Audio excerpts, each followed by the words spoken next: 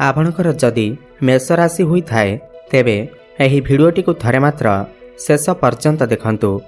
आपणकर व्यस्तबहुल समय मध्यरु 10 मिनिट समय आपण निज पई दियंतु एवं निजर भविष्यत विषय जानतु। काहेकि ना मेष राशि व्यक्तिविशेष मानकर जीवन एही पवित्र महाशिवरात्रि ठारू बदलिबाकु जाउअछि। कारण ग्रह नक्षत्र मानकर चलन रे गोटे बहुत बड़ परिवर्तन हेबाकु जाउअछि, जहाद्वारा एमानकर जीवन रे चलिथिबा समस्त दुख कष्ट एवं समस्यार अंत हेबाकु जाउअछि एवं पुणी थरे एही महाशिवरात्रि ठारू एमानकर जीवन रे खुशी फेरिबाकु जाउअछि। काहेकि ना आपणकर एकादश भावरे चतुर्ग्रही जोग बनिबाकु जाउअछि। बुध एवं शुक्र आपणकर एकादश भावरे लक्ष्मी नारायण राजयोगर निर्माण करने जाउछंती, जहा फल आपणकर भाग्य रे गोटे बड़ परिवर्तन हेबाकु जाउअछि। एही महाशिवरात्रि ठारू आपणकर जीवन रे एमिति किछि खास घटना घटिबाकु जाउअछि जहा आपण स्वप्न सुधा कल्पना मध्य करिनथिबे। आपणको समस्त क्षेत्ररू लाभ ही लाभ प्राप्ति हेब, आकस्मिक धन प्राप्ति हेब। अनेक दिगरू आपणक पाखकू अर्थर आगमन हेब। धन कमाइबा पाई नुआ नुआ रास्ता आपणको मिलिजिब। तेबे आसंतु जानिबा एही महाशिवरात्रि ठारू आपणकर जीवन रे कौन सबू बड़ परिवर्तन हेब। एहा पूर्वरु जदि आपणकर भी मेष राशि होई थाए एवं आपण भी महादेवंकु सच्चा हृदय भक्ति करुथांती, विश्वास करुथांती, तेबे एही भिडियोटी को लाइक करी कमेंट बॉक्स रे ओम नमः शिवाय हर हर महादेव अवश्य लिखि दियंतु। देखंतु पूर्वरु ग्रह मानकर गोचर स्थिति खराब थिबा हेतु आपणकर स्वास्थ्य जनित समस्या देखा देउथिला। आपणको बहुत अधिक परिश्रम करिबाकू पड़ुथिला। परिश्रम अनुसार आपणको फल प्राप्ति होई पारु नथिला। धन जनित समस्या आपण ऋण नेइथिले किंतु ऋण सुझी पारु नथिले। ऋणर भार आपणकर ऊपर बढ़ी जाइथिला। गृह परिवार रे खुशीर वातावरण नथिला। आपण बहुत अधिक मानसिक चिंता भितर रहुथिले। शिक्षा क्षेत्र रे समस्या देखा देउथिला। आपणकर अननेसेसरी खर्च हेउथिला। समाचार आपणकर मान सम्मान नथिला। आपणको चाकरीटीए प्राप्ति होई पारु नथिला। संतान संतति पाई आपण चिंतित थिले। आपणकर व्यापार वाणिज्य रे लॉस हेउथिला। प्रेम जीवन रे मध्य समस्या देखा देउथिला। तेबे एही भली जहा भी समस्या आपणकर जीवन रे चालुथिला ताहा एबे दूर हेबाकू जाउअछि। एही महाशिवरात्रि ठारू आपणकर जीवन रे पुणी थरे खुशी फेरिबाकू जाउअछि। आपणकर जीवन रे नूतन सूर्य उदय हेबाकू जाउअछि।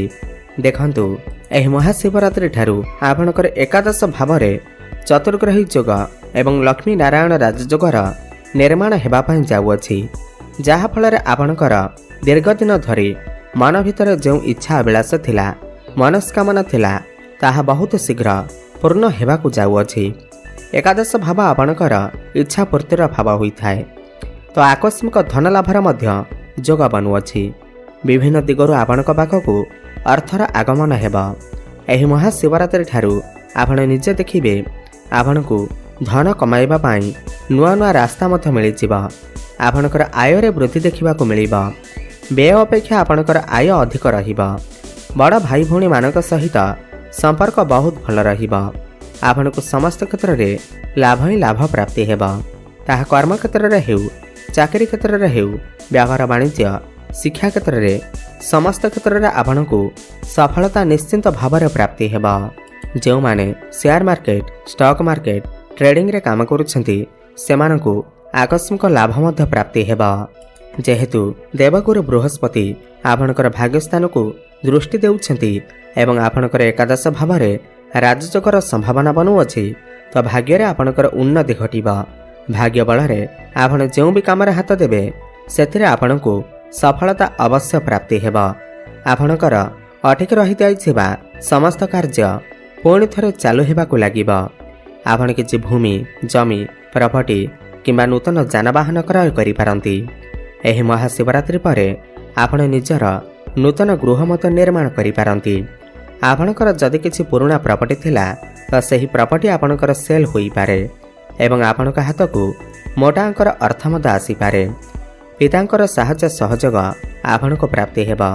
पौत्रिक संपत्तिर आपणको लाभ प्राप्ति हेब। आपण विदेश यात्रा करिपारंती। कौनसी धार्मिक स्थान को दूर स्थान को यात्रा करिपारंती। कर्मक्षेत्र में बहुत अधिक उन्नति प्रगति करिवे। प्रमोशन जोग बनिब।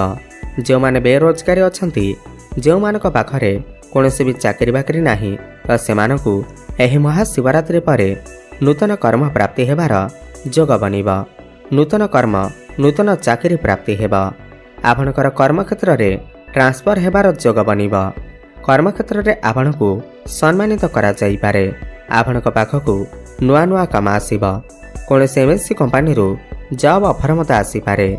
आपण आपणकर काम कार्य को नहीं शनि जेहेतु द्वादश भाव अछंती, आपण आपणकर काम कार्य को नहीं विदेश यात्रा करिपारंती। जो माने विदेश रे रही कौनसी भी काम कार्य करुछंती, इम्पोर्ट एक्सपोर्ट रा काम करुछंती, कंस्ट्रक्शन काम करुछंती, आईटी सेक्टर रे काम करुछंती, टेक्निकल फील्ड रे अछंती, सेमानकु अनेक शुभफल प्राप्ति हेब। जेहेतु गुरुंकर दृष्टि आपणकर सप्तम भाव उपर को रहुअछि, तो जो माने व्यापार वाणिज्य करुछंती सेमाने बहुत अधिक उन्नति प्रगति करिवे। नूतन व्यापार वाणिज्य आरंभ करिबा पाई योजना करिपारंती एवं सेथिरे मध्य सफल हेबे। वैवाहिक दाम्पत्य जीवन मध्य बहुत भलरे कटिब। खुशीर अतिबाहित करिवे। आपणकर लाइफ पार्टनर कर क्यारियर रे मध्य ग्रोथ आसीब। आपणकर डेली इनकम बढ़ी जीव। आपणकर फाइनेंशियल ग्रोथ हेब। बैंक बैलेंस मध्य आपणकर बढ़िब। जो पिलामानकर विवाह बयस होई जाइछि, सेमानकर घर को एही महाशिवरात्रि परे विवाह प्रस्ताव मान आसी पारे एवं विवाह मध्य फाइनल होई पारे एवं विवाह मध्य होई पारे। देखंतु पंचम भावर अधिपति आपणकर एकादश भाव को चालन करिवे एवं पंचम भाव को दृष्टि देवे, जहा फल रे आपणकर शिक्षा क्षेत्र, प्रेम जीवन एवं संतान क्षेत्र रे आपणकर उन्नति प्रगति हेब। शिक्षा क्षेत्र में बहुत अधिक उन्नति प्रगति करिवे। किछि बड़ परिवर्तन करिपारंती। उच्च शिक्षा करिबा पाई बाहर को जाई पारंती।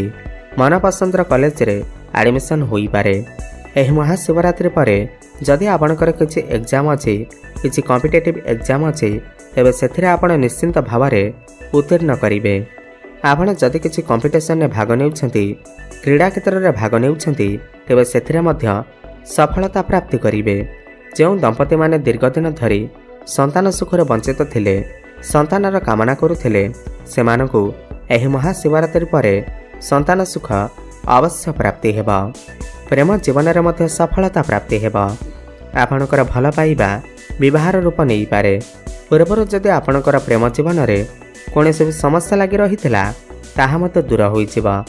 जो मानकर कथावार्ता बंद होई जाइथिला, ब्रेकअप होई जाइथिला, सेमानकर पुणी थरे कथावार्ता होई पारे।